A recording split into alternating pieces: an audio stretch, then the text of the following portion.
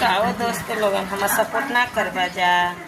कहा इतना हम खराब बने, कितना पे खराब वीडियो बनाईला, हमरा से खराब लोग तो लोग सपोर्ट करत हुआ जा, हमार कहे ना कर सपोर्ट करा जा। हमारी मम्मी के कल सपोर्ट करा जा, सपोर्ट करा जा। हाँ बाय बाय।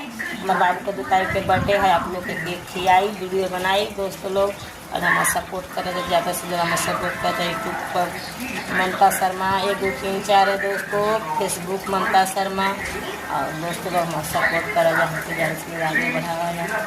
और दोस्तों मेरे बच्चे लोग हैं, आप लोग ज़्यादा से ज़्यादा हमारा सपोर्ट कीजिए, क्योंकि हमारा कलमुआ हमसे प्यार ना करना, ठीक है ना।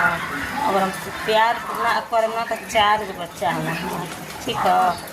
अगर हमसे प्यार करे लगे हैं तो पूरा दर्जन लगा दे दोस्तों। काहे कि गाना निकल रहा है पहले ना कि 1 दर्जन लड़का जन्म बोरे जन चित्र ना कहो, तो हम 1 दर्जन लड़का जन्मा के दिखाई तू लोग के इंस्टा पर, फेसबुक पर और यूट्यूब चैनल पर।